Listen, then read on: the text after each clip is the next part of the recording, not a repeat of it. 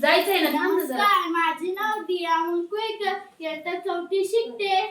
आदरणीय व्यासपीठ महोदय, परमपूज्य गुरुजन वर्ग व इथे जमलेल्या माझ्या मित्रमैत्रिणींनो, सर्वांना माझा नमस्कार. आज मी तुम्हाला स्वातंत्र्य लढ्यातील थोर नेते लोकमान्य टिळक यांच्याविषयी काही 4 शब्द सांगणार आहे.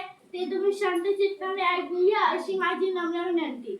ज्यांच्या विचाराने प्रेरित झाले लोक ते तडफदार नेते म्हणजे लोकमान्य टिळक.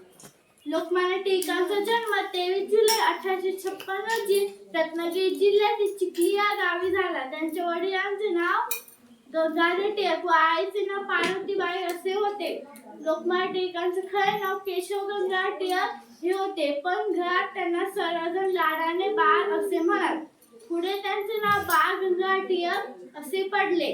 ते लहानपणापासून स्पष्टवक्ते होते, पण त्यांना अन्यायाविरोधी चीड होती. स्वराज्य हा माझा जन्मसिद्ध हक्क आहे आणि तो मी मिळवणार अशी घोषणा करणारे लोकमान्य टिळक कट्टर देशभक्त होते. स्वातंत्र्य लढ्यात लोकमान्य टिळकांचा सिंहाचा वाटा आहे. लोकमान्य टिळकांनी लोकांमध्ये एकतेची भावना व्हावी म्हणून सार्वजनिक गणेश उत्सव व शिवजयंती उत्सवाला सुरुवात केली. महात्मा गांधी यांनी त्यांना आधुनिक भारताचे निर्माता म्हटले तर ब्रिटिश अधिकाऱ्यांनी त्यांना भारतीय अशांतीचे जनक म्हटले. 1 ऑगस्ट 1920 रोजी लोकमान्य टिळक यांनी प्राणज्योत मावळली. अशा थोर नेत्यास कोटी कोटी प्रणाम करून मी माझे 4 शब्द संपवते. धन्यवाद.